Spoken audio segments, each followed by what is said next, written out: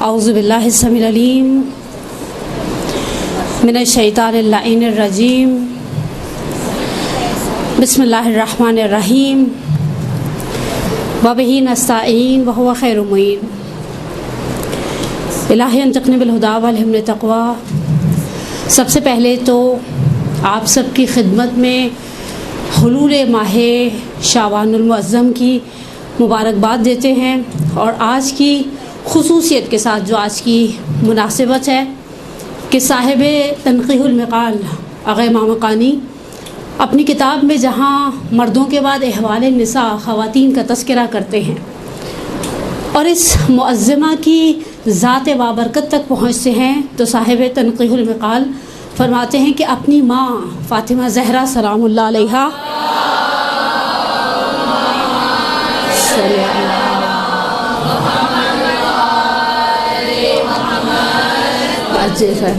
اپنی ماں فاطمہ زہرا کے بعد کائنات کی خواتین میں اگر کوئی بے مثال ہے تو وہ زینب کبریٰ ہے، اور حقیقت ہے زینب ہمارے ہاں اردو میں ہمیشہ کہا جاتا ہے زین اور اب باپ کی زینت کا ایک سمجھے ایک طرح سے سمری ہے، حالانکہ زینب عربی میں خوشبودار درخت کو بھی کہا جاتا ہے، اور بھی زینب کے بعض معنی ہمارے علماء نے بیان کیے ہیں، اور مجھے آج دیا ہی موضوع گیا ہے، مجھے بڑا اچھا لگا، بڑے عرصے کے بعد فقہی مسائل سے ہٹ کر بھی میرے لیے کچھ اور تھا، تو ہاں انشاءاللہ اللہ کرے دونوں کے لیے بلیسنگ ہی رہے اور ذکر ہی بابرکت ہے، حقیقت ہے۔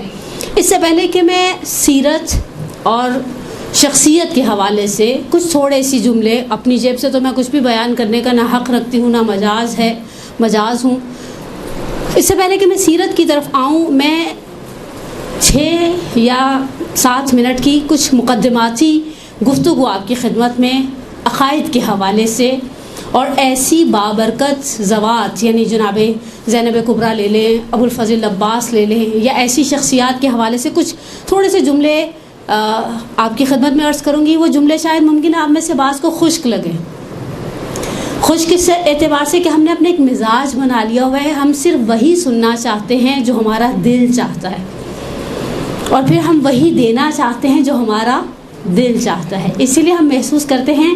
میں نے استقبال ماہ محرم کے جو پروگرام تھا کلاس، اس میں ایک جملہ کہا تھا کہ کچھ رہ جاتا ہے کچھ بہہ جاتا ہے، ہم یہ نہیں سوچتے کہ ہم دے کیا رہے ہیں۔ اس وقت اسپیشلی عقائد کے اعتبار سے مطمئن رہیں، دشمن آپ کی نماز پر اٹیک نہیں کرتا، اسے پرواہ نہیں ہے، وہی بات بقول رہبر کبیر امام خمینی کے ہاتھ کھول کے پڑھو یا ہاتھ بند کر کے، اسے کوئی پرواہ نہیں ہے۔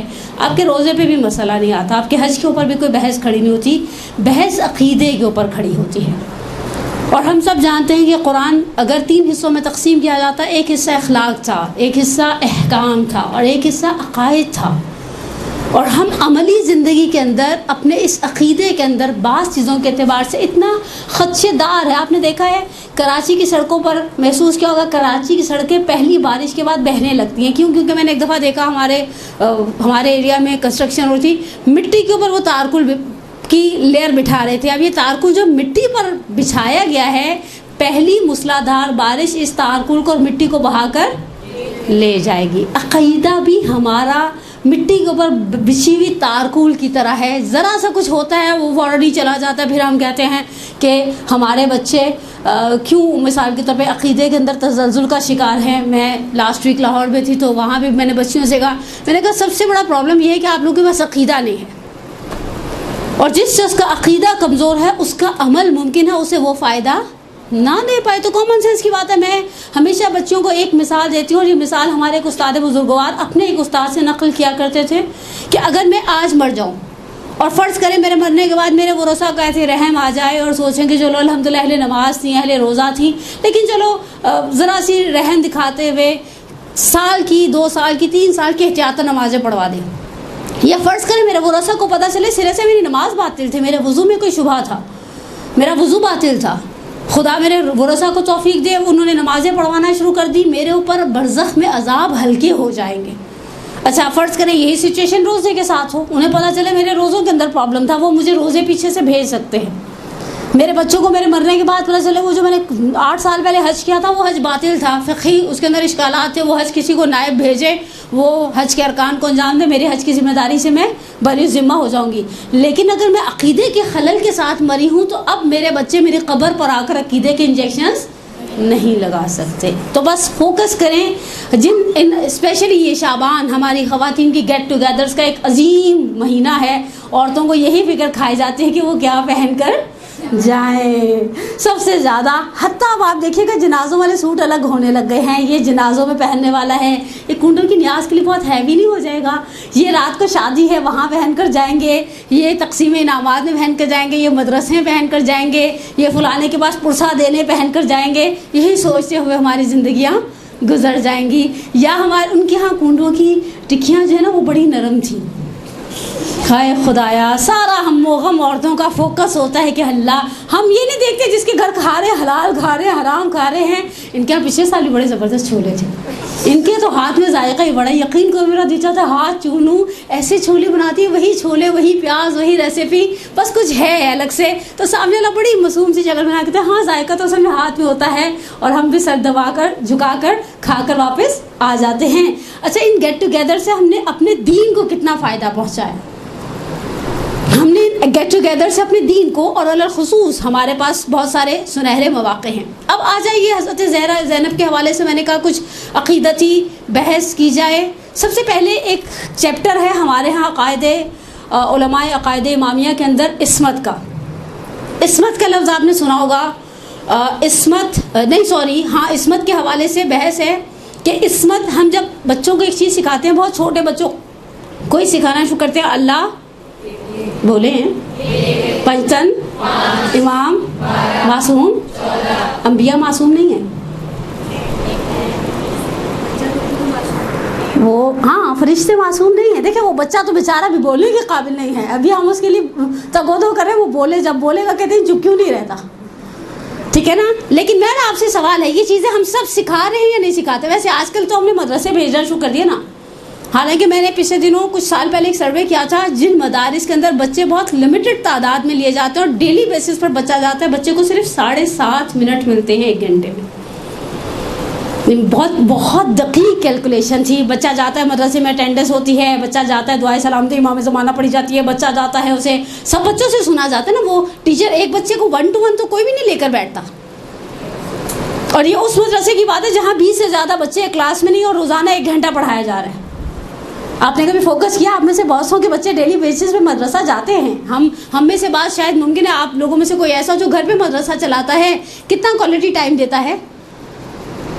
آگے کے چونچلے، بعد کے چونچلے، وہ نیاز کی تقسیم، لائنیں بن رہی ہیں، بچے مدرسے سے نکل رہے ہیں، کسی کو وین لینے آ رہی ہے، کسی کو ابا لینے آ رہے ہیں، کسی کو اماں لٹک کر لینے آ رہی ہے.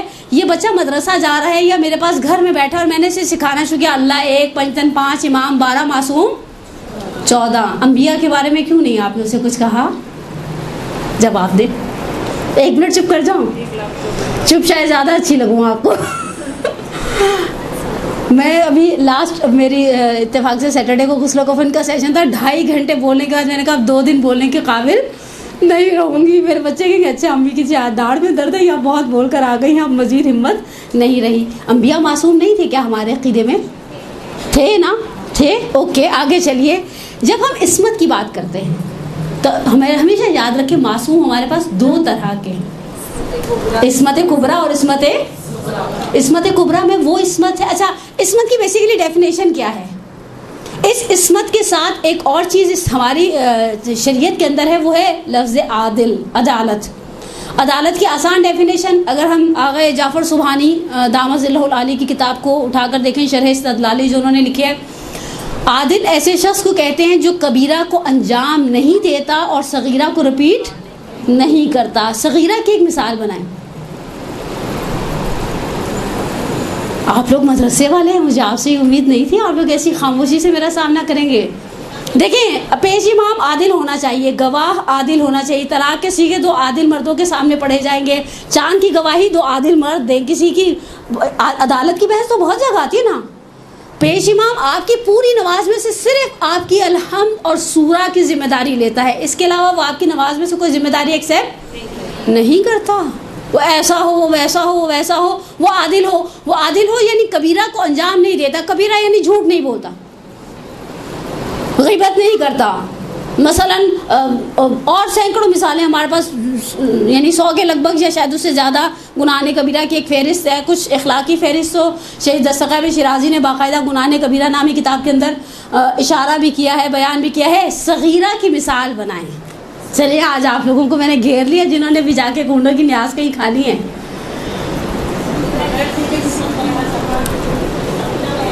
صغیرہ کی آسان مثال کسی کے سلام کا جواب نہ دینا.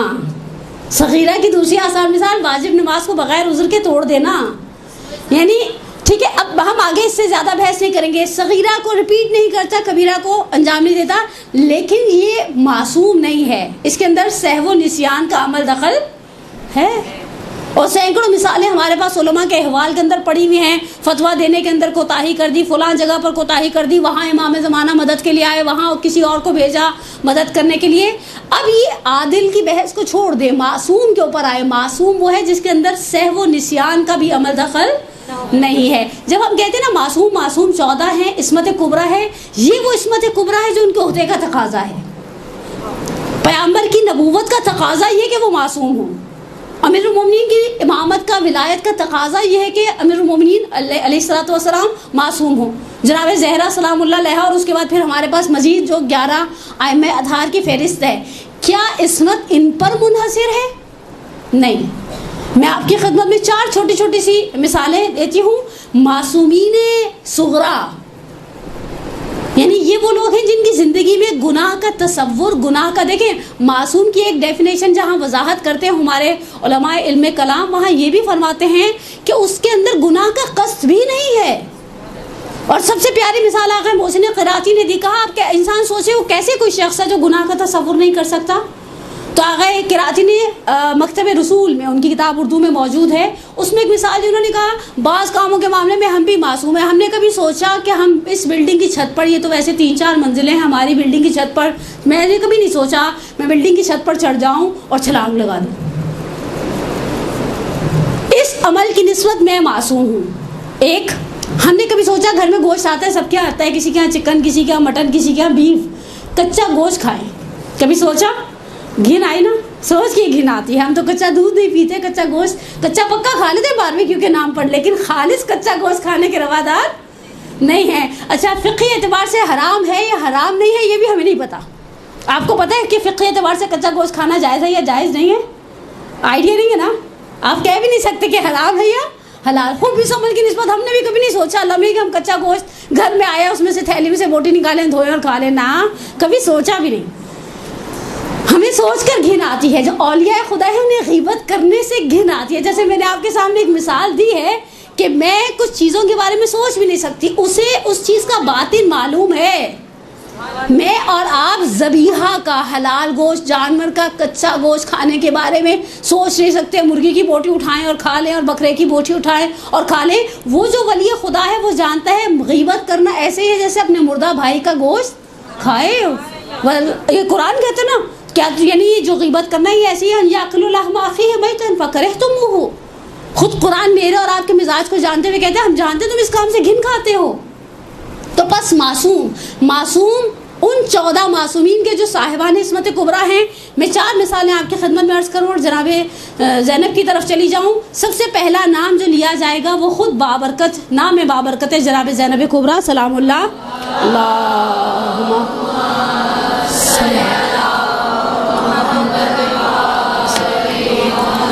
وعجل فرج. یعنی ہم سوچ بھی نہیں سکتے جناب زینب کبریٰ سلام اللہ علیہ کی زندگی میں کہیں خدا نخواستہ نقل کفر نہیں ہوتی، کسی گناہ کا شائبہ ہو.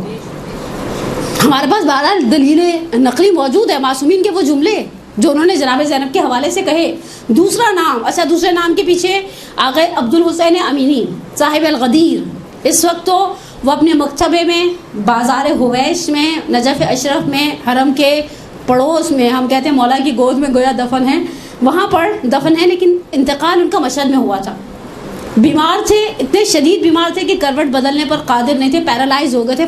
انہیں کینسر ہو گیا تھا. صاحب بقات الانوار کو بھی آخری 2 سال میں، اور صاحب الغدیر کو بھی علامہ عبدالحسین امینی اپنے آخری اوقات میں، کوئی مومن ان کے پاس مشہد کا عیادت کرنے کے لیے آیا، لیٹے تھے نڈھال، ہلنے جلنے سے قاصر.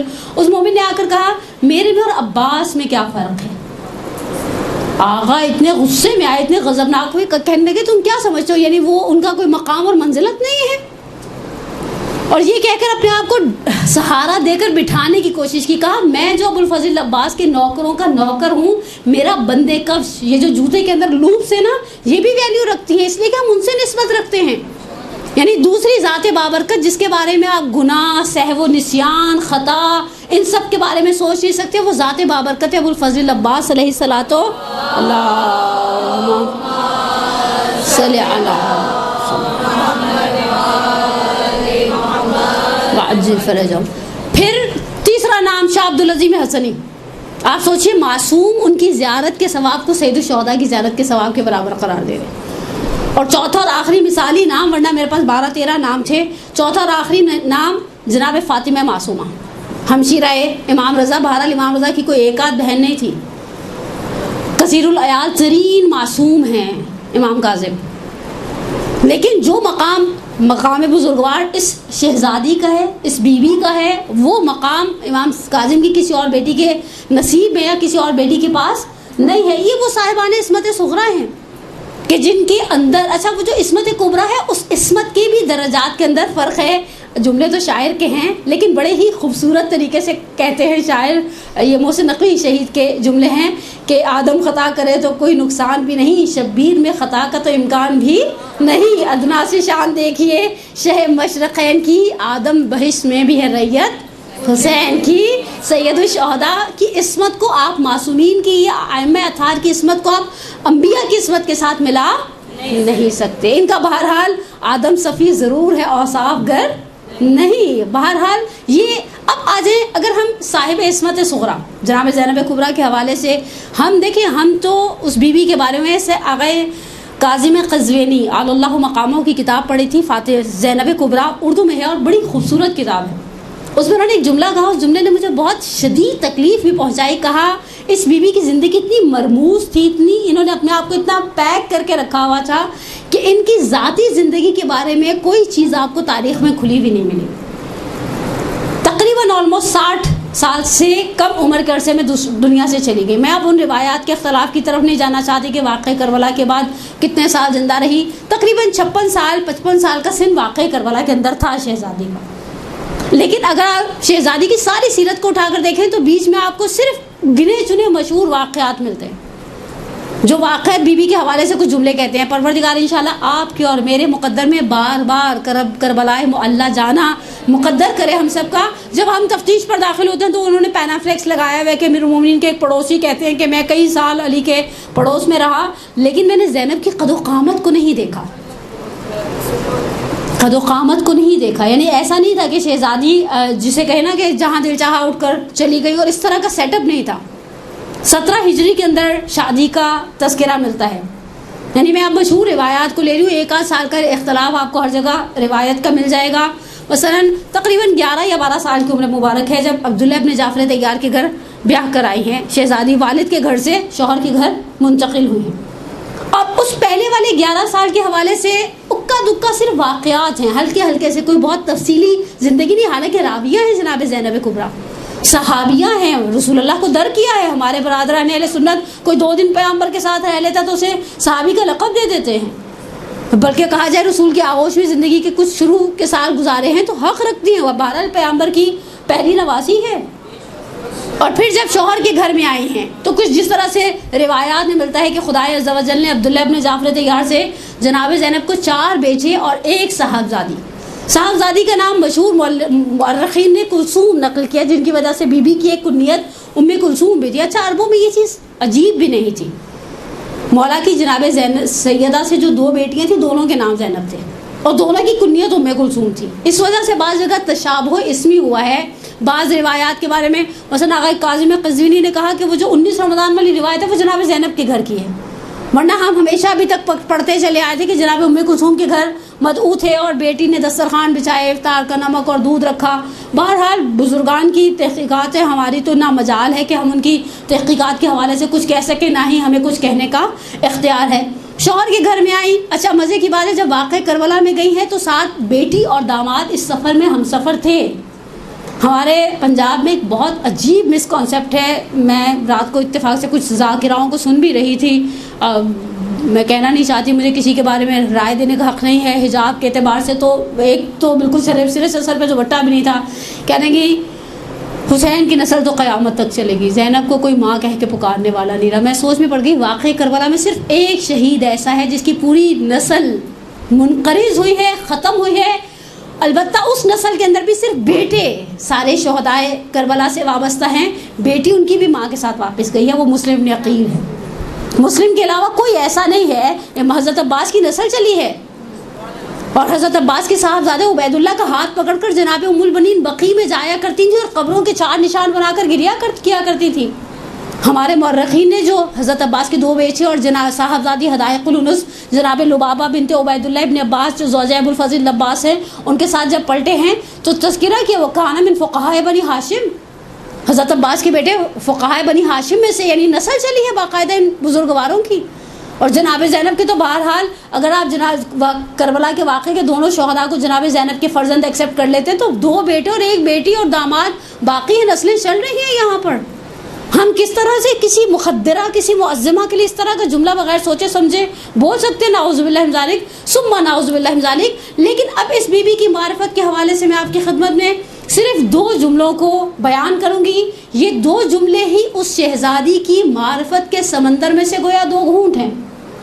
لیکن ہم عورتوں کے لیے اس بی بی کی تاریخ کے اندر جتنے سبق ہیں واقعاً بعض سبق بے مثال. میں خود اس درس کی تیاری کے دوران محسوس کر رہی تھی بعض کام ایسے کیے ہیں جناب زینب کبریٰ نے جو نہ تاریخ میں ان سے پہلے کوئی کر سکا نہ ان کے بعد کوئی کر سکا. اور اس کے لیے حقیقت ہے کہ وہی بات ایک شاعر نے بڑے خوبصورت جملے کہے ہیں, خدیجہ فاطمہ زینب عجب ایک سلسلہ ہے جو صبر ماں کے گھر سے وراثت میں لائی تھی. سب سے پہلے جملہ یہ وہ جملہ ہے جو آغائے اندلیب حسین اندلیب حمدانی اپنی خوبصورت کتاب سار اللہ, کتاب کا نام سار اللہ ہے, نیچے ایک جملہ لکھا ہے خون حسین در رگھائی اسلام, اسلام کی رگوں میں جو خون ہے وہ سید الشہداء کا ہے. اس میں یہ جملے سید الشہداء نے جناب زینب اور مخدرات سے مخاطب ہو کر کہے ہیں. اور یہاں سے آپ کو اندازہ ہو کہ بی بی کا اور ان خواتین کا للخصوص سر فہرست ٹاپ آف دا لسٹ خود جناب زینب کا نام آتا ہے. سید الشہداء نے مخاطب ہو کر جو جملے کہے ہیں وہ میں آپ کی خدمت میں بیان کرتی ہوں. ایک صلوات پڑھے محمد و آل محمد پر صلی اللہ محمد.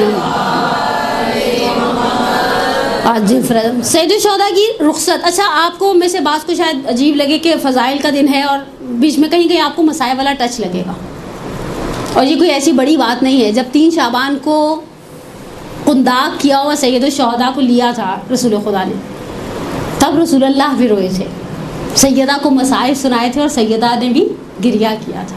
ان کے آقا ولید کا ایک جملہ بہت ہی خوبصورت ہے, البتہ انہوں نے حضرت زہرا سلام اللہ علیہ کے بعد میں کہا ہے. آقا فرماتے ہیں ان کے فضائل ہی کے اندر مسائل ہیں اور مسائل کے اندر فضائل. ایک بعض جملے میں نے آپ کو پہلے ایڈوانس میں اطلاع دے دی. بعض خواتین کو بڑا ناگوار سا گزر جاتا ہے کہ تو آج اتنا بڑا خوشی کا دن تھا. خوشی کا دن تھا جو تذکرہ ہے تاریخ کے اندر اس تذکرے ہی کو نقل کیا جائے گا. امام کی ہمارے درمیان بڑی مشہور رخصتیں ہیں اور بڑے شاعروں نے بڑے خوبصورت جملے بھی کہے ہیں. میری جانیں قربان ہو جاؤ ان شاعروں پر سے. سبط جعفر کو یاد کروں ایک جملے میں, عشق جب تک نہ ہو شعر ہوتا نہیں, مجھ میں کب اہلیت تھی تیری مدح کی, میرے مولا میں قربان تیرے عشق کے. سبط جعفر کو بھی شاعری آ گئی. یہ جو شعر کہے نا یہ عشق سے کہے ہیں. حسین جب کہ چلے بعد 2 رن کو, کوئی نہ تھا کہ جو تھامے رکابے کوثر کو. سکینہ جھاڑ رہی تھی قبا کے دامن کو, حسین چپ کے کھڑے تھے جھکائے گردن کو.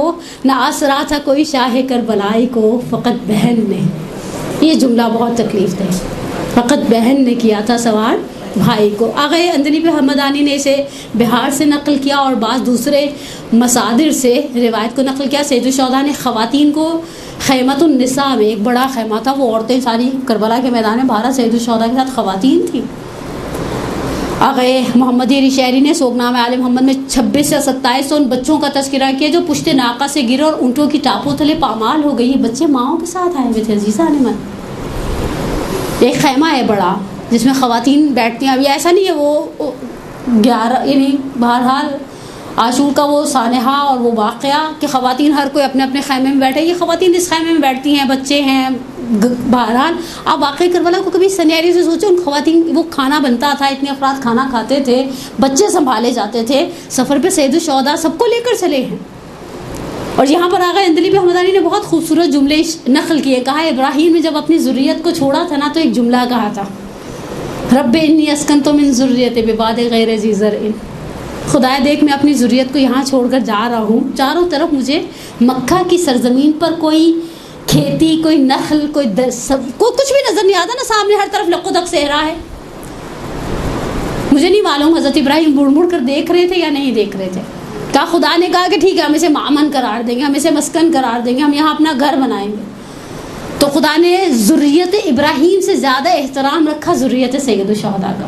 خواتین کو جمع کیا, کچھ جملے کہے, مقتل نے ان جملوں کو محفوظ کیا. امام حسین نے فرمایا کہ وَاسْتَعِدُّوا لِلْبَلَاءِ, اپنے آپ کو مصیبت کے لیے تیار کر لو. وَاللَّهُ مُحَافِظُكُمْ وَحَامِيكُمْ, خدا انشاءاللہ تمہارا مددگار ہے, خدا انشاءاللہ تمہاری حمایت کرے گا. واللہ یراکم سبایا, اللہ میاں دیکھے گا تمہیں اس حال میں کہ تم کس طرح سے بے ناکاؤ, بے کجاوا پالا اونٹوں پر سفر کرایا جائے گا. اس کے بعد امام نے کچھ جملے کہے. کہا کہ خدا اس مصیبت کے مقابلے میں تم لوگوں کو بہترین اور عظیم اجر دے گا, اور خدا اس مصیبت کے مقابلے میں تمہارے دشمنوں کو بدترین عذابوں میں اور انواع و اقسام کی بلایا میں مبتلا کرے گا. دیکھو تم کوئی ایسا کام نہیں, کوئی ایسی بات نہیں منہ سے نکالنا جو تمہاری قدر و قیمت کو کم کر دے. اچھا, یہ جملہ آپ اپنے ذہن میں رکھیے گا. یہ جو آخری جملہ ہے نا, اس میں سب سے بڑا, یعنی میری سنیریو کے مطابق, میری نگاہ کے مطابق سب سے بڑا سبق جناب زینب کی زندگی کا اس ایک جملے کے اندر چھپا ہے. کوئی منہ سے ایسی بات نہیں نکالو گے جو تمہاری قدر و قیمت کو کم کر دے. اب میں تاریخ اسلام کی دو اور مثالیں دوں, اور اسی جملے پر واپس آ کر اس بات کو یہاں تک سمیٹ کر امام صادق کے جملے کی طرف چلی جاؤں. آپ کے ذہن میں واقع کربلا ہے 61 ہجری 10 محرم, جو خاندان پیامبر پر گزر گئی. سید عبداللہ فاطمی نیا نقطہاز گفتہا نامی کتاب میں ایک جملہ نقل کرتے ہیں. کہتے ہیں میں ایک سنی عالم سے کانفرنس میں ملا, 350 صفحے کی کتاب لکھی تھی حسین کی عظمت اور سید الشہداء کی مظلومیت پر. میں نے ان سے کہا اگر آپ اس کی سمری بنانا چاہیں تو بنا سکتے ہیں. کہا ایک جملے میں. سید فاطمی نیا کہتے ہیں میں حیران ہو گیا, ایک 350 صفحے کی کتاب کو کوئی ایک جملے میں کیسے سمری بنا سکتا ہے. میں نے اس سنی عالم دین سے کہا سمری بنائیے. کہا حسین کے ساتھ وہ کیا اخشعرت بہ الجلود, جس کو سننے کے بعد رونگٹے کھڑے ہو جاتے. اور مجھے نہیں معلوم حسین کی بہن نے یہ سب کیسے دیکھا. پہلا سنیریو جو آپ کی خدمت میں نقل کر رہی ہوں, 3 یا 4 ہجری 15 شوال المکرم, میدان احد. تاریخ میں ایک جملہ ہے, رسول اللہ پہنچے میدان احد میں, رسول اللہ کی آنکھوں سے آنسو جاری تھے, محاسن سے گر رہے تھے, داڑھی سے آنسو گر رہے تھے.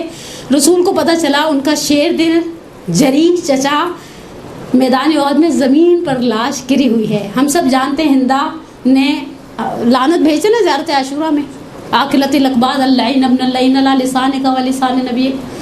ہندا نے جگر نکالنے کی کوشش کی تھی, حمزہ کی لاش کا مصلاح کر دیا گیا تھا, لاش کی بہت بے حرمتی ہو گئی تھی. رسول اللہ کھڑے ہیں, صحابہ پاس کھڑے ہیں, تاریخ گواہ ہے.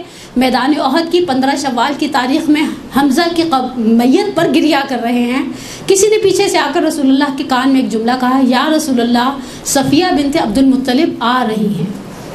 صفیہ کا اور حمزہ کا آپس میں بہن بھائی کا رشتہ ہے.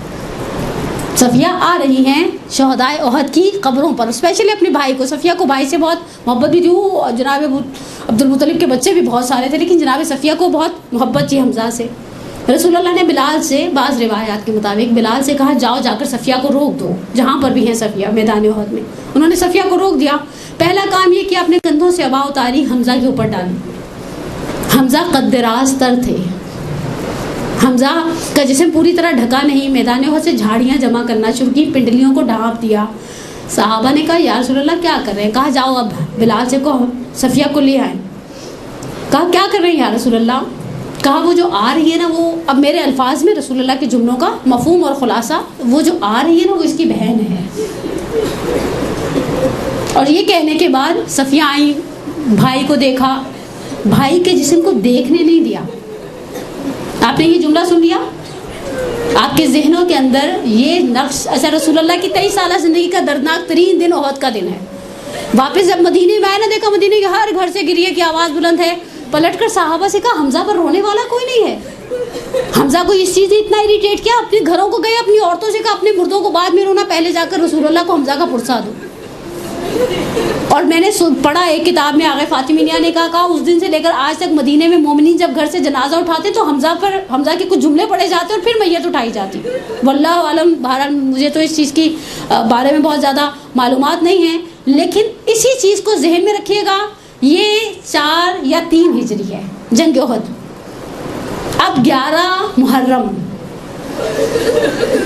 ظہر کا وقت ہے۔ ظہر تک تو عمر سعد نے اپنی کچھ لاشیں دفنائی تھیں کربلا کے میدان میں، کربلا کے میدان میں کچھ لاشیں دفنائی تھیں۔ میں کبھی کبھی سوچوں عمر سعد تیری جرت کیسے ہوئی؟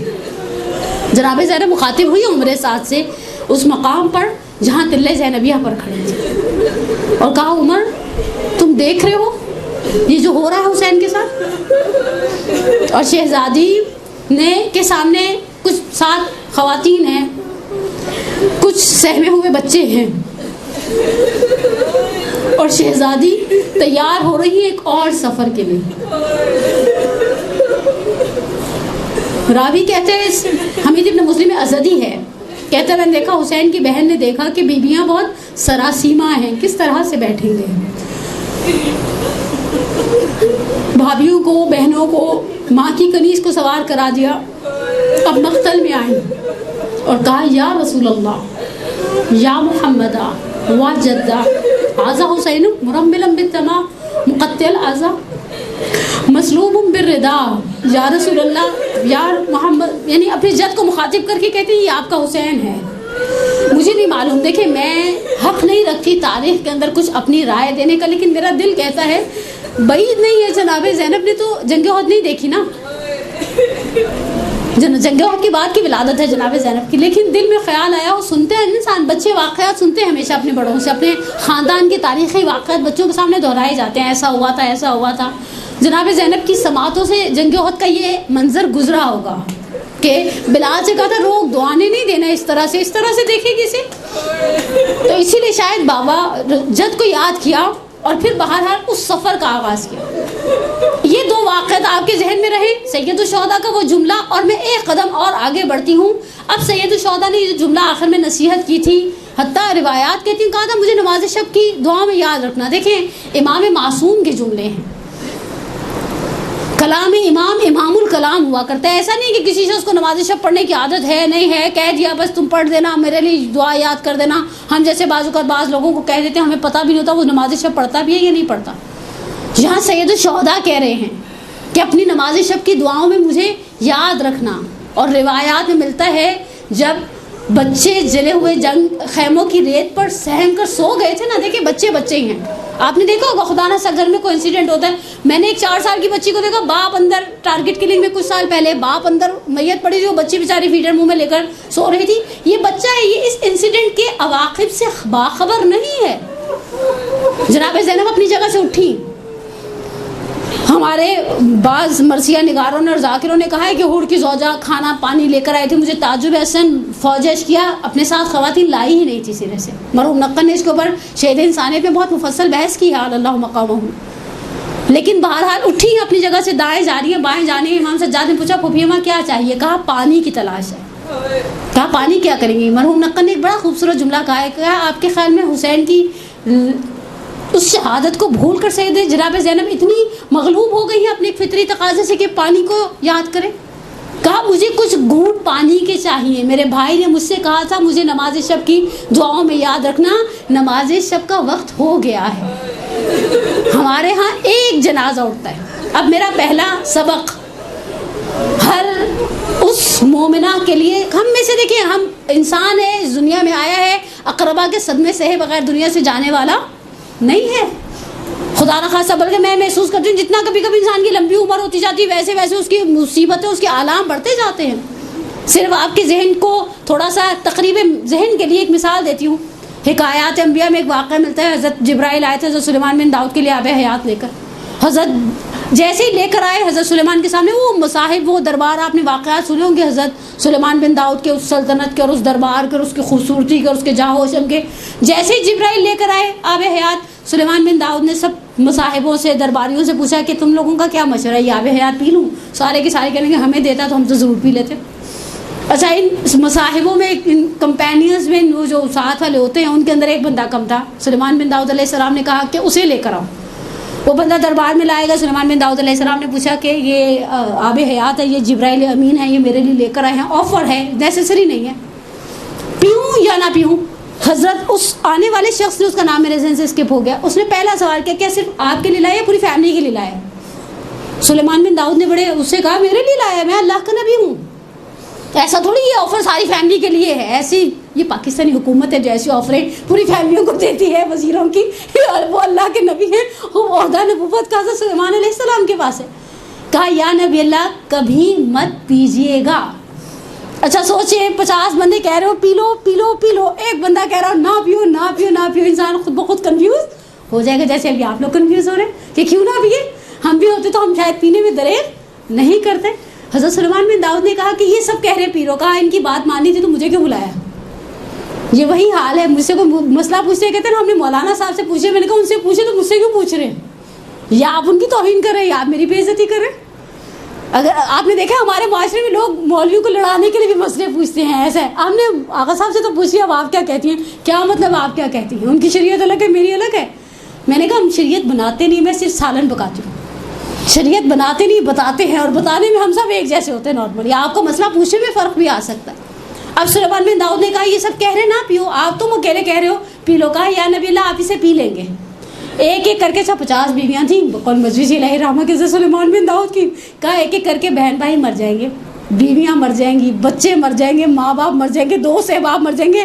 پھر آپ دن میں 100 دفعہ کہیں گے اللہ میں مجھے اٹھا لے، تو جبرائیل آ کر کہیں گے آپ نے خدا پہ حیات پیا تھا، ہم نے آپ کو زبردستی نہیں پلایا تھا. حقیقت ہے بعض اوقات انسان جتنی طولانی عمر پاتا ہے اتنے اقربا کے جنازے اٹھاتا ہے. جتنی طولانی عمر پاتا ہے، آپ کسی 80 سال کے بڈھے کو پوچھ رہے ہو بہن بھائی مر گئے، وہ بھابیاں بھی مر گئی، بیگم بھی مر گئی، پہلے 2 بچے بھی مر گئے، بیچارے بابا جی رہ گئے، کیا کرتے ہیں؟ جنازے اٹھاتے ہیں.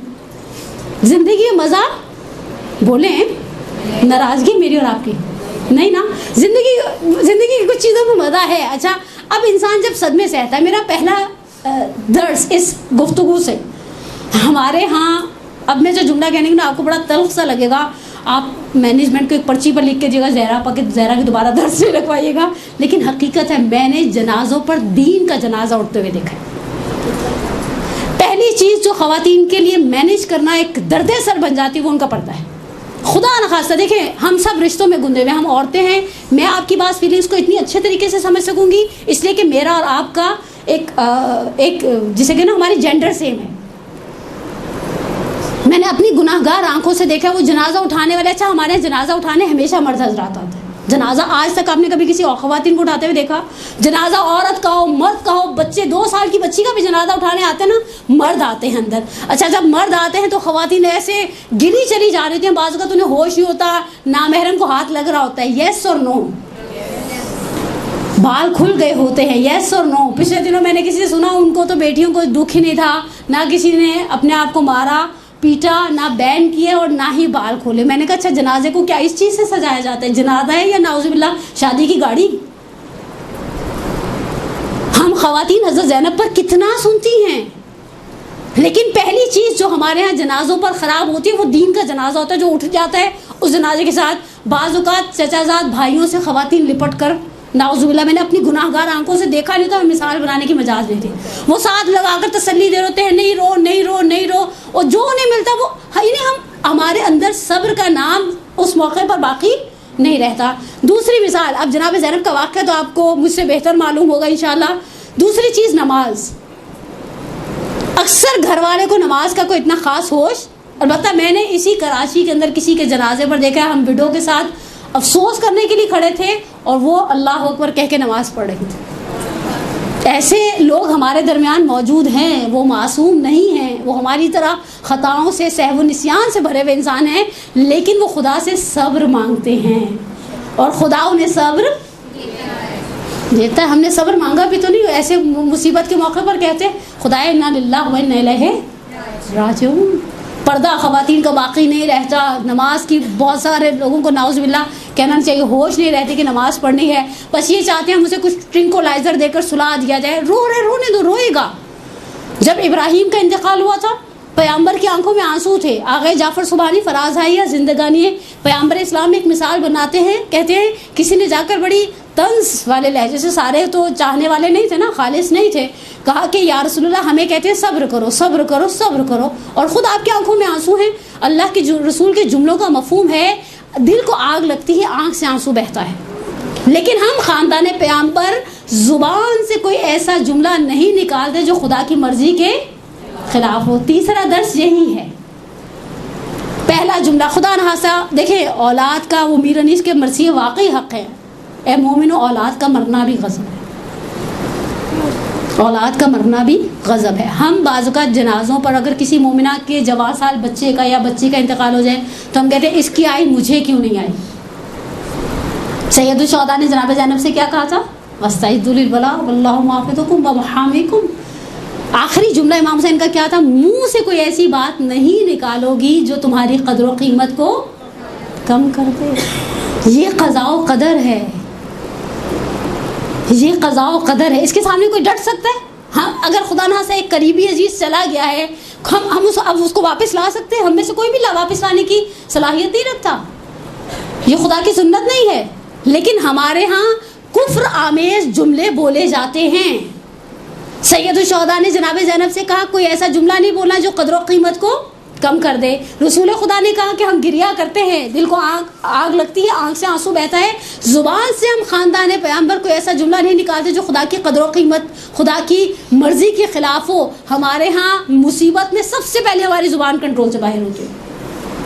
اس کی آئی مجھے آ جاتی, لوگوں کے بچوں کو کچھ نہیں ہوتا, ہمارے گھر میں ساری مصیبتیں آتی ہیں. حتیٰ میں نے کسی کے انتقال پر ان کی زوجہ سے کسی کو یہ کہتے ہیں ہم بڑا صلہ رحم کرتے تھے, اور آپ لوگ کہتے ہیں مولوی حضرات صلہ رحم سے عمر لمبی ہوتی ہے, یہ تو جوانی میں ہی مر گئے. اور اگر کسی گھر میں دادا زندہ ہے, الزائمر کا شکار ہے, بڑھاپے کی بیماری میں مبتلا ہے, اور گھر سے کوئی جوان میت اٹھ جائے تو پھر ہم کہتے ہیں اللہ میاں اس کی بجائے اس کے پاس کیوں نہیں بھیجا. نہیں, اللہ میاں کو اوپینین دے رہے ہیں ہم خدا سے کہیں گے خدا تو نے کس کے لیے ملک الموت کو بھیجا اور کس کے لیے ملک الموت کو نہیں بھیجنا. اس کو اپنا کام بہت اچھی طرح سے کرنا آتا ہے. پہلی چیز جو جناب زینب کی زندگی کا سب سے اہم ترین سبق ہے. اب آگے اگلا اسٹیپ دیکھیے. اس مثال کو دیکھ کر میں امام صادق کے جملے کی طرف چلی جاؤں. جب دربار عبید اللہ ابن زیاد میں پہنچی ہے, ہمارے پاس دو معروف خطبے ہیں جناب زینب کے حوالے سے مقاتل کے اندر, ایک کوفہ کے اندر ایک شام کے اندر. اچھا, شام کے کوفے کی ٹون ہی الگ ہے. عبید اللہ ابن زیاد کے سامنے جو کوفے کے اندر خطبہ دی اس میں کلام مسجع ہے. ڈاکٹر جعفر شہیدی حیات فاطمہ زہرا میں باقاعدہ بحث کرتے ہیں. کلام مسجع مکی صورتوں میں قرآن کی آخری جو صورت ہے نا 30ویں پارے کے آپ کو کلام مسجع ملے گا. شعر کا انداز غالب ہے. مثال کے طور پر سورہ کوثر کو اٹھا لیں, سب سے چھوٹا سورہ بسم اللہ الرحمن الرحیم انا اعطیناک فصلی لربک انا شانیک هو. اچھا, یہ چیز آپ کو آخری سوروں میں ملے گی, یہی چیز آپ کو امیر المومنین کے کلام میں ملے گی. کلمات کثار میں سے دوسری مثال مولا کائنات کے نہج البلاغہ میں جو آخری میں گولڈن سینگز ہیں کلمات کثار ہے. مولا کہتے ہیں التقلل ولا التوسل, من لم یؤت قائدا لم یؤت قائما والدهر یومان یوم لک و یوم علیک اذا کان یوم لک فلا تبتر واذا کان یوم علیک فاصبر. یعنی یہ جو ردم جسے کہا جاتا ہے نا, یہ ردم ہے. یہ کلام مسجع آپ کو جناب سیدہ کے اس خطبے کے اندر نظر آئے گا جو انہوں نے دربار میں فدق کے معاملے میں دیا ہے. اور عبید اللہ ابن زیاد نے طنز کیا ہے پلٹ کر کہ اے عورت, تو کلام مسجع کہتی ہے, تیرا باپ بھی کلام مسجع کہتا ہے. میں یہاں ڈاکٹر جعفر شہیدی نے اس خطبے کو تھوڑا سا کمپیئر کیا ہے جناب سیدہ کے خطبے کے ساتھ. میں صرف ایک جملہ ڈاکٹر جعفر شہیدی اعلی اللہ مقامہ کی روح کو آگئے امینی کے معاصر میں سے تھے, ان کے کلاس فیلوز میں سے تھے, اور علماء تشیع میں ایک بڑا درخشاں نام ہے ڈاکٹر جعفر شہیدی کا. ایک جملہ کہوں, جناب زہرا نے جب خطبہ دیا تو اپنے کیپٹل میں تھی. حامی اور ناصر مددگار پاس تھے, مولا پاس تھے, سلمان فارسی پاس تھے, عمار یاسر پاس تھے, ابو ذر مقداد اور اس طرح کے بزرگواران بنو ہاشم کے پاس تھے. امیر المومنین نے جو کلمات کثار اور جو خطبات دیے ہیں، جن کی فصاحت و بلاغت کو محسوس کر کے کوفے کے لوگ تھوڑی دیر کے لیے دنگ رہ گئے کہ جناب زینب کے اندر وہی لہجہ، وہی گھن گرج، وہی ٹون ہے۔ امیر المومنین کے جتنے خطبے ہیں، معروف خطبے ہیں، وہ آخری 4 سال 10 مہینے کی حکومت کے زمانے کے خطبے ہیں۔ مولا کائنات کی ظاہری خلافت کے زمانے کے خطبے ہیں۔ مولا اپنے کیپٹل میں، اپنے شہر کوفہ کے اندر بیٹھے ہیں، بیٹے سارے صحیح و سالم ہیں، انصار و اقربا پاس ہیں۔ مولا پرسکون ماحول سے اپنے گھر سے جاتے ہیں، مسجد کے اندر خطبہ دیتے ہیں، گھر پلٹ آتے ہیں، مولا میں آپ کی بیٹی پر قربان ہو جاؤں۔ بیسیکلی ایک ریسائٹر کو کہیں پر چھوٹی تقریر کرنی پڑے، بڑی تقریر کرنی پڑے، 3 چیزیں ہمیشہ چاہیے ہوتی ہیں۔ سب سے پہلی چیز پیس آف مائنڈ۔ خدا نخواستہ میں ابھی آپ کی خدمت میں تقریر کر رہی ہوں، میرا ابھی ذہن الجھ جائے، میں تقریر کرنے کی صلاحیت سے خود بخود محروم ہو جاؤں گی، میرا دھیان لگ جائے خدا نخواستہ، یا بعض اوقات ہم تقریر کر رہے تھے، ہمیں لگے ہمارا بچہ گر گیا، ہم دودھ کے نیچے چولہا کھلا چھوڑا ہے۔ ہماری عورتوں کی تو ذہنی رو بھٹکنے کے لیے ایسی چیزیں کافی تھی، چاولوں کے نیچے چولہا تو نہیں چھوڑائی تھی، اب وہ اب شیطان وسوسہ کرتا رہے، ہائے ہائے واپس جائیں گے تو کیا حال ہوگا، اس پتیلی کو کیسے صاف کرنا پڑے گا۔ لیکن پیس آف مائنڈ چاہیے نا، میں بول رہی ہوں، آپ بولتی ہیں، جب آپ کہیں تقریر کر رہی ہوتی ہیں، آپ کو ذہنی سکون بولے چاہیے، اوکے۔ دوسری چیز فزیکلی فٹنس۔ اگر فرض کریں کتنے، میں کہتی ہوں، میں نام نہیں دیتی، میں بڑی فین ہوں بعض اچھے ریسائٹرز کی، خدا نخواستہ کی داڑھ میں درد ہو آ جائے، آپ کے خیال میں بول سکیں گے؟ نہیں، یوں لے کے بیٹھو بندہ، پتہ بھی چل جاتے داڑھ میں درد ہے۔ انسان کو فزیکلی فٹنس چاہیے۔ اور تیسری چیز، سننے والا مجمع تیار چاہیے۔ آپ سارے آپس میں باتیں کرنے لگ جائیں، میرا خیال ہے یہاں کسی اچھے خطیب کو بھی لا کر بٹھا دیں تو وہ تقریر کرنے کے قابل نہیں رہے گا۔ جناب زینب کے پاس تینوں چیزوں کی کمی تھی، تینوں چیزوں کی کمی تھی۔ میں صرف کبھی چشم تصور سے سوچتی ہوں، میں نے اپنی زندگی میں ایک مجلس ایسی پڑھی، ہمارے قریبی اعزاء میں سے تھی، سامنے نیچے سلیبس برف کی سلیں رکھی جاتی نا میت کی شدید گرمی کے عالم میں، وہ ان کے بچے، ان کے داماد لا کر رکھ رہے تھے، اور بیٹیاں بھی نڈھال پڑی، جو جنازوں پر پڑھی جاتی ہیں۔ بہت دیر تک میں مجلس پڑھ ہی نہیں پائی، جس کے درمیان میری اپنی طبیعت خراب ہو گئی۔ میں نے سوچا یہ شخص جو مرا ہے، بڑے احترام سے ان کا انتقال ہوا، اور بڑے احترام سے جنازہ اٹھائے گا، بس بیٹیوں کا انتظار تھا کہ ساری پہنچ جائیں، باپ کا آخری دیدار کر لیں۔ جس بیوی کی آنکھوں کے سامنے بھائیوں کے سر تھے، سر، ایک جملہ کہا ہے ہمارے مقاتل نے، روزہ ہی استاد نے، سید عبداللہ فاطمی نے اس جملے کو بعض مصادر سے نقل کیا ہے، ذرا کہ جناب سید الشہداء کے سر سے کہتے ہیں کلے ماں، اپنی بیٹی سے کچھ جملے کہو۔ سکینہ سمجھتی نہیں ہے، بی بی اس عالم میں کہ کیا پیس آف مائنڈ ہوگا شہزادی کے پاس، مجھے نہیں معلوم۔ میں نے پچھلے دنوں ایک عراقی ڈاکومنٹری دیکھی تھی، اس میں دکھایا سید الشہداء کی آنکھیں نیم وا تھیں، آدھی کھلی ہوئی آنکھیں تھیں، واللہ عالم مجھے نہیں پتا۔ میں نے کہا نا، میں نے یہ چیز کبھی مقتل میں نہیں پڑھی،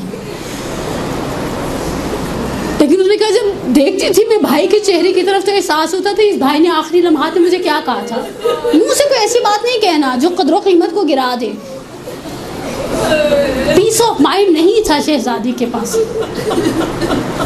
فزیکلی فٹنس کی بات کرتی ہیں، میں نے ابھی آپ کی خدمت میں سوگنامہ آل محمد کا آغا محمد ہی شہری، اردو میں کتاب کا ترجمہ سوگنامے کے نام سے ہی ہے، اور ہمارے کراچی میں پرنٹ ہوئی ہے یہ کتاب پہلی مرتبہ۔ بہت جملے میں نے آپ کی خدمت میں نقل کیے نا، 25 سے 26 بچے۔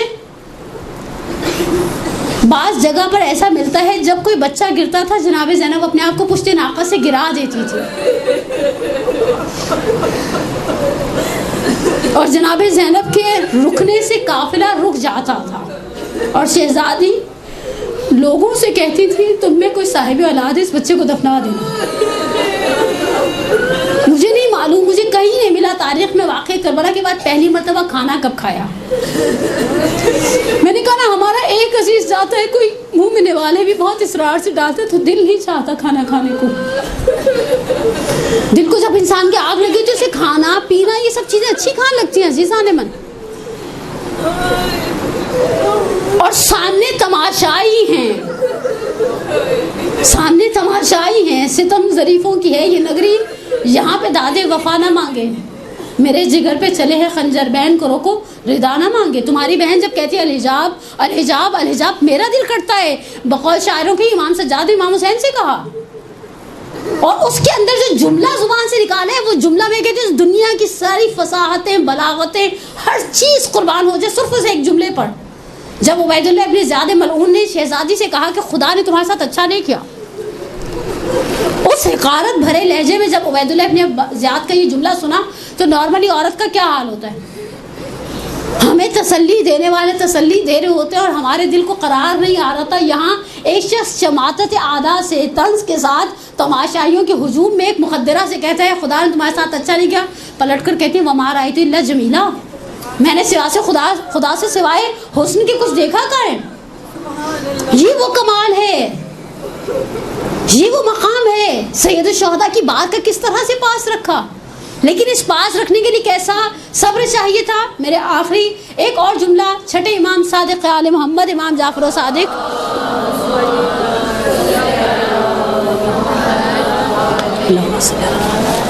کا آپ کی خدمت میں نقل کروں اور بحث کو یہاں پر سمیٹ جو جناب زینب کبریٰ سلام اللہ علیہ کے حوالے سے. دیکھیں معصومین کے کلمات ہمیں معرفت دلاتے ہیں. میں نے یہ جملہ شاید آپ کی سماعتوں کی نظر پہلے بھی کیا ہو کہ بقول بزرگان کے جو زیارتوں پر حاشیے لکھتے ہیں اور شرحیں لکھتے ہیں ائمہ کی زیارت کے، کہتے ہیں اگر آپ کو مولا سے محبت کا اظہار کرنا ہے نا امیر المومنین سے تو آپ زیارت امین اللہ پڑھیں. حقیقت ہے. میں کبھی کبھی زیارت امین اللہ کی جب بیک گراؤنڈ پڑھتے ہیں نا تو مجھے ہوتا ہے امام سجاد گھوڑے پر بیٹھ کر مدینہ سے آیا کرتے تھے. نہ قبہ تھی، نہ بارگاہ تھی، نہ ایسا گنبد تھا، نہ ایسے ایوان طلا والا حسن و جمال تھا. آج جیسی ہیبت تھوڑی تھی مولا کائنات کی. قبر متحرک ایک ٹیلا سا تھا، مٹی کا ایک ڈھیر ذرا اونچا سا کوفے کی پشت پر. گھوڑے کی پشت سے اترتے تھے رخسار کو قبر پر رکھ کر. اور حقیقت ہے یہ صرف ایک ٹوکن آف لو ہے امام سجاد کا امیر المومنین کی نسبت. زیارت امین اللہ میں زیادہ سے زیادہ محبت کا اظہار ہے. ائمہ اطہار کا فخر تھا. اور پھر ہمارے علماء کہتے ہیں آغا علی شہری نے ایک جملہ نقل کیا، کہا اگر آپ امیر المومنین کی معرفت کو حاصل کرنا چاہتے ہیں تو وہ غدیر کے دن کی زیارت پڑھیں جو میرے اور آپ کے 10 امام علی نقی علیہ الصلوۃ والسلام اللہم صلی علی محمد وعلی محمد وعجل فرج امام علی نقی سے نقل کی گئی ہے. غدیر کے دن کا اچھا مفصل زیارت ہے، مفاتی میں موجود ہے. صاحب مفاتی نے ایک جملہ اور بھی آپ مومنات کی خدمت میں کہہ دوں، یہ ہم خواتین اعمال نکالنے کا بھی بڑا اچھا سلسلہ شروع کیا. پہلی شعبان کے اعمال، رجب کی فلانے دن کی فلانی نماز، فلانی بیوی کے اعمال. مجھے حیرت ہوتی ہے آغا بہجت کے پاس ایک بندہ خدا آیا، در محضر بہجت کا جملہ ہے، اور آ کر کہا آغا سے کہ وہ میں کربلا جا رہا ہوں. اچھا جب ایران عراق کے راستے کھلے تھے تو ایرانی بھی بہت ایکسائٹیڈ تھے جنہوں نے کئی سالوں سے صرف کربلا سنی تھی، دیکھی تو تھی نہیں. میں کربلا جا رہا ہوں، آپ مجھے کچھ بتائیے وہاں جا کے کیا پڑھوں. آغا بہجت کا جملہ بڑا خوبصورت تھا. پلٹ کر کہا اونچے در مفاتس بیشترا زن بلد نیستا. مفاتی سے زیادہ آپ کو کوئی نہیں بتا سکتا. ہمارے پاس مفاتی ہے. محدث کی زحمتیں ہیں، 20 سال لگائے ہیں محدث نے مفاتی پر. محدث کا خلوص ہے. میں کبھی کبھی سوچوں جس طرح سے مفاتی سے وابستہ اسی القائم کے پلیٹ فارم سے مولانا کمیل مہدوی صاحب کا ایک کلپ بھی ہے، ویڈیو صاحب مفاتی کی عظمت کی طرف جو اشارہ کرتا ہے. محدث عباس قمی اللہ مقامہ کے حرم امیر المومنین میں دفن ہے. مفاتی کے اندر اتنا کچھ ہے. اب ہم عورتوں کا پتہ نہیں شاید پیٹ نہیں بھرتا، ہم چاہتے ہیں کہ جو کچھ مفاتی سے ہٹ کر ہے عورتیں بیٹھ کر بناتی بھی رہتی ہیں. یہ پڑھیں یہ پڑھیں یہ پڑھیں، یہ کہاں سے؟ میرے پاس تو کوئی مجھے بھیجتا نا، یہ اس کی اتھینٹسٹی میں نے کہا جس نے بھیجا اس سے پوچھیں. نپ دا ایول ان دا بڈ. ہم نے شروع میں ان چیزوں کو روک تھام کی ہوتی نا تو آج ہمارے درمیان اتنے سارے یہ سلسلے نہ چل رہے ہوتے. ہم پہلے سن رہے تھے، آپ نے کہا میری تو حاجت اٹک گئی تھی، میں نے جیسے یہ پڑھا یہ یوں کام ہو گیا. اور پھر ہم تابوت پر کبھی سیب اٹھا لیتے ہیں اور کہتے ہیں پورا سال سیب نہیں کھائیں گے. سیب کھانے سے کیا فرق پڑے گا؟ جلل قال. مجھے اسی نے کنٹینیو کہا میں نے سیب کی منت اٹھا لی تھی، بے دھیانی میں کھا لیا. میں نے کہا پہلے تو مجھے پتا شادی شدہ عورت ہے، شوہر سے پوچھ کے منت مانی تھی. تو بیچاری کہنے لگی اب کیا انگلی پکڑ کے چلے شوہر کی. میں نے کہا جہاں شریعت نے کہا وہاں ہم پکڑ کے چلتے نہیں ہیں، اور جہاں نہیں کہا وہاں وہ بیچارے کے سر پہ ڈال دیتے ہیں. یہی زبردستی لے کر گئے تھے بیچارہ، نہ 3 میں نہ 13 میں. ایسے اعمال بنا کے ہم نے ڈھیر لگائے ہوئے ہیں. میرے پاس ہر روز واٹس ایپ پر آئے تھے اعمال ام البنین، اعمال فلانی، اعمال. ارے مفاتی میں اتنا کچھ ہے. مفاتی میں کس درد کی دوا نہیں ہے. مفاتی واقعات و صالحات حقیقت ہے ہمارے پاس ایک ڈھیر ہے، لیکن اس صاحب مفاتیح میں نے جس طرح سے زیارتوں کو نقل کیا وہ خوبصورت ترین زیارتوں میں سے مولا کی. اگر آپ میں سے کبھی ایسا دل ہو نا معرفت امیر المومنین کے حاصل کیجیے، اس زیارت کے جملوں پر توجہ، اور معصومین کی زبان سے نکلے ہوئے جملے ہیں. آگے اسد شاکری صاحب کا بھی ایک کلپ میں نے دیکھا، یہ تو معصومین کا کلام ہے، اس کی اپنی ایک برکت ہے. اب میں آخر میں ایک جملہ، اب یہ جملہ چھٹے امام کا ہے، لسان صادق ہے، رئیس مکتب تشیع ہے، ہم فقہ جعفری سے وابستہ ہے، اور جعفری اب واللہ علم میرے تو خیر اعمال ایسے نہیں ہیں، لیکن ہم جعفری کہلانے میں فخر محسوس کرتے ہیں الحمدللہ. وہ معصوم کہتا ہے سلام بھیجتے ہیں، وہ معصوم سلام بھیجتے ہیں. کیا کہہ کر سلام بھیجتے ہیں؟ کہ ہمارا سلام اس معظمہ پر، بی بی جبل صبر تھی، صبر کا پہاڑ تھی. اور صبر کا پہاڑ کس طرح سے نہ کہیں. امام صادق منصور کے حکم پہ جب امام کے گھر کو آگ لگائی گئی، امام کے عیال، گھر کی کنیزیں، غلام سب باہر نکل آیا. راوی نے دیکھا کہ امام صرف گھر کے شعلوں کو بھڑکتا ہوا دیکھ رہے ہیں.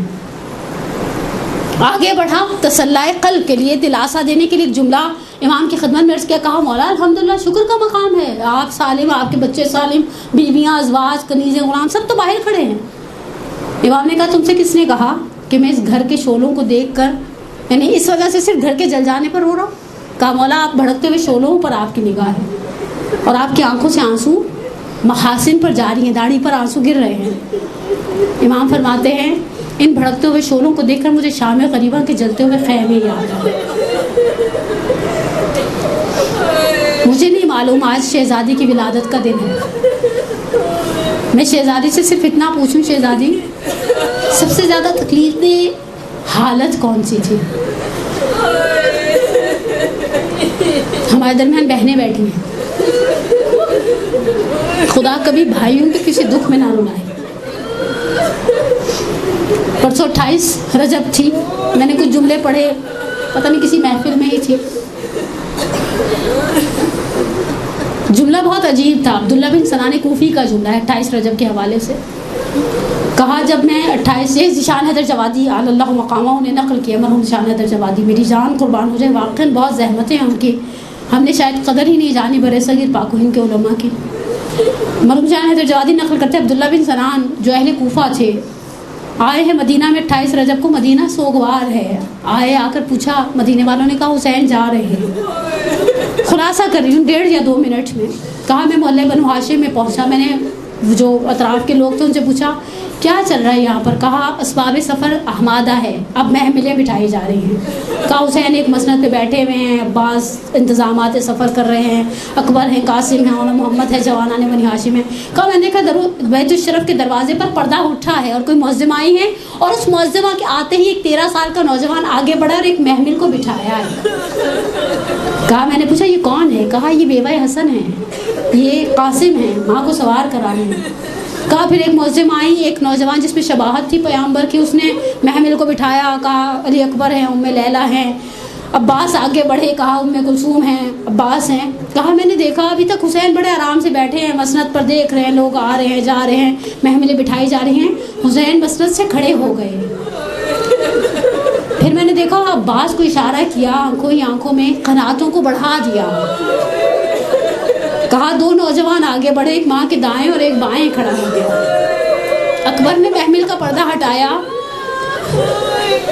ہاتھ تھاما، عباس زمین پر بیٹھ گئے، زانوں کو طے کیا، شہزادی سے کہا سوار ہو جائے. میں نے کہا یہ کوئی انداز علی سے نکلا ہے. مجھے کسی نے کہا وہی عقیلتنا، وہی عابدہ آل علی، وہی زینب بنت علی. اے عبداللہ بن سنان تم جانتے نہیں، یہ اب جو نکلی ہے نا یہ عقیلہ بنی ہاشم ہیں، یہ عابدہ آل علی ہیں، یہ زینب بنت علی ہیں. دیکھا کس شان سے رخصت ہوئی ہے. آپ نے عبداللہ بن سنان کوفی کا جملہ سنا، میں نے کتاب کو سمیٹ دیا صرف آخر کے جملے. 11 محرم کو حمید ابن مسلم ازدی کا بھی جملہ سنتی جائیے. کہا جب بیواؤں کو سوار کرا دیا، ماں کی کنیز فضا کو بھی سوار کرا دیا، اب حسین کی بہن ترائی کی جانب چلی گئی. حمید ابن مسلم آپ سب جانتے ہیں، وہ مؤرخ ہے کربلا کے واقعے کا. وہ سپاہی نہیں ہے، عمر سعد کا، کہا میں نے سنا تھا زینب بیٹوں کے ساتھ آئی ہیں، مجھے اس چیز کا احساس تھا یہ بیٹوں کو آواز دے گی اور محمد اب ماں سوار ہونا چاہتی ہوں، لیکن میں نے دیکھا علی کی بیٹی کے لب ہلے، صرف ایک آواز زیر لب تھی، یا اخی ابو الفضل عباس، عباس کہاں ہو کہ زینب سوار ہونا چاہتی ہے۔ میں بی بی سے پوچھوں، بس میرا آخری جملہ، میں بی بی سے پہلا سوال کروں، بی بی سخت وقت کہاں تھا؟ ہم طے نہیں کر پائے۔ وہ وقت سخت تھا جب 5 سال کے سن میں رات کی تاریکی میں ماں کا جنازہ اٹھا، جب آپ بابا کے اور دروازے کے درمیان آ کر کھڑی ہو گئی اور آپ نے کہا بابا ماں کے بغیر کس طرح سے رہیں گے؟ ہماری ایک استاد ایک جملہ پڑھا کرتی تھی، میں نے آج تک تاریخ میں یہ جملہ نہیں پڑھا، لیکن اور مجھے یہ بھی نہیں معلوم کہ ہماری وہ استاد زندہ ہیں یا خدا اگر دنیا سے جا چکے ہیں تو خدا ان کی کبیرہ صغیرہ گناہوں کو انشاءاللہ معاف کرے۔ وہ کہا کرتی تھی جناب زینب کو آخری وقت میں جناب سیدہ نے کہا تھا بہنیں چھوٹی ہوں یا بڑی بھائیوں کے لیے ماں ہوا کرتی ہیں۔ دیکھو زینب میرے حسین کو تنہا نہیں چھوڑنا، اور ہم ہمیشہ کہتے ہیں نا زینب نے بھائی پر قربان کر دی، پسر نہیں، زینب کی قربانی امام وقت کے حوالے سے تھی۔ زینب کو احساس تھا زینب کی معرفت کا وہ مقام تھا، لیکن جب امام صادق کہہ رہے ہیں صبر کا پہاڑ ہے، دیکھیں صابر نہیں کہا، صبورہ نہیں کہا، صبر کا پہاڑ کہا۔ میں بیوی سے پوچھوں بیوی وہ رات کس طرح سے گزاری ہوگی جب صحن خانہ میں چھوٹی بہن اور 2 بھائیوں کے ساتھ تھی، اور بابا ماں کے جنازے کے بعد بقیع میں جا کر قبروں کے نشان بنا رہے تھے، یا اس سے زیادہ سخت وہ رات تھی جب نصف شب میں بابا نے جام شہادت نوش کیا۔ لیکن میرا دل یہ کہتا ہے یقینی سی بات ہے، دیکھیں کچھ جملے محتاج نہ تاریخ کے ہیں، نہ مقتل کے ہیں، نہ مورخ کے ہیں، یہ چیزیں انڈرسٹوڈ ہوتی ہیں جب بابا کو دفنا کر بھائی پلٹے ہوں گے تو بھائیوں نے سر پر ہاتھ ضرور رکھا ہوگا اور کہا ہوگا زینب ابھی ہم ہیں نا۔ یہ شاید اس سے زیادہ مصیبت اس وقت آئی ہو جب صحن میں پڑے ہوئے جنازے میں سے تابوت میں سے تیر نکالنے کی بات آئی۔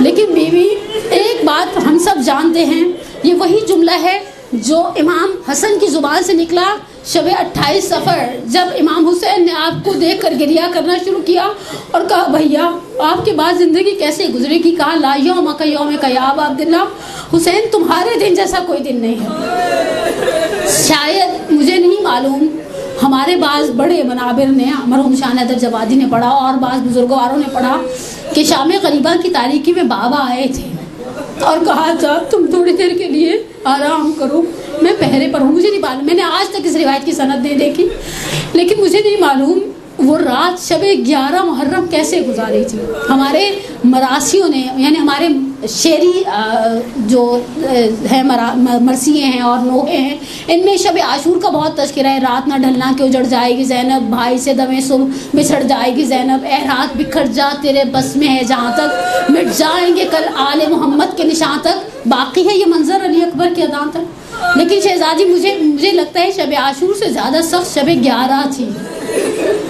ایک طرف اقربا کے لاشیں تھے، ایک طرف سہمے ہوئے یتیم بچے تھے، ایک طرف سید سجاد اور شب امامت کی حفاظت آپ کے حوالے تھی، اور پھر ایک طرف ان بیویوں کے ساتھ آگے کا سفر تھا۔ لیکن حقیقت ہے وہ صبر کا پہاڑ جس مقام پر کھڑا رہا، جس مقام پر عام زندگی کے اندر شاید ایک بڑے سے بڑا مرد بھی صبر نہ کر پائے، صرف صبر نہیں کیا۔ جناب سے یہ زینب کی زندگی کا آخری سبق جو آج کے حوالے سے میں آپ کو دینا چاہتی ہوں، صبر اس شان سے کیا کہ دشمن کو اس مصیبت کے اوپر تعجب ہوا۔ صبر اس شان سے کیا، کہیں پر اپنے آپ کو ہلکا یا نعوذ باللہ من ذالک جسے کہ نا اپنی ویلیوز کو ڈاؤن نہیں ہونے دیا۔ شہزادی نے مصیبتوں میں سربلند رہی، دین کے علم کو زمین پر گرنے نہیں دیا۔ کسی مقام پر نہیں ملتا، چادر کے حوالے سے ملتا ہے شہزادی نے حجاب کا تقاضا کیا، غوفے میں کیا، بعض مقامات پر شام کے حوالے سے ملتا ہے، لیکن کہیں کھانے کا نعوذ باللہ تقاضا کیا ہو نہیں ملتا، کہیں پانی کا تقاضا کیا ہو نہیں ملتا۔ شہزادی نے صبر کیا، شہزادی کی سیرت پر چھا گئی ان کی یہ صفت کہ وہ صبر کا پہاڑ بن گئی۔ پلے زینبیہ سے کھڑے ہو کر جو بہن یہ سب دیکھ لے، پروردگار بحق اخیل بنی ہاشم عابدہ آل علی، بقول شاعر کے سید الشہداء نے شمر لعین سے کہا خیام سے کر پشت مجھے آل نہ دیکھے۔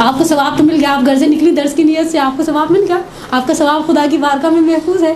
لیکن حقیقت ہے جو نکلتا ہے, فضل اللہ المجاہدین علی القاعدین اجرا عظیما.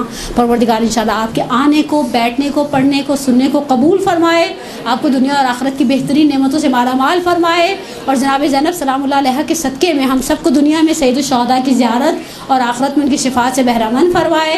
اپنی صحت, سلامتی, اپنی پریشانیوں کے دور ہونے کے لیے اور اپنی حاجات کی قبولیت کے لیے صلوات پڑھے محمد و آل محمد پر.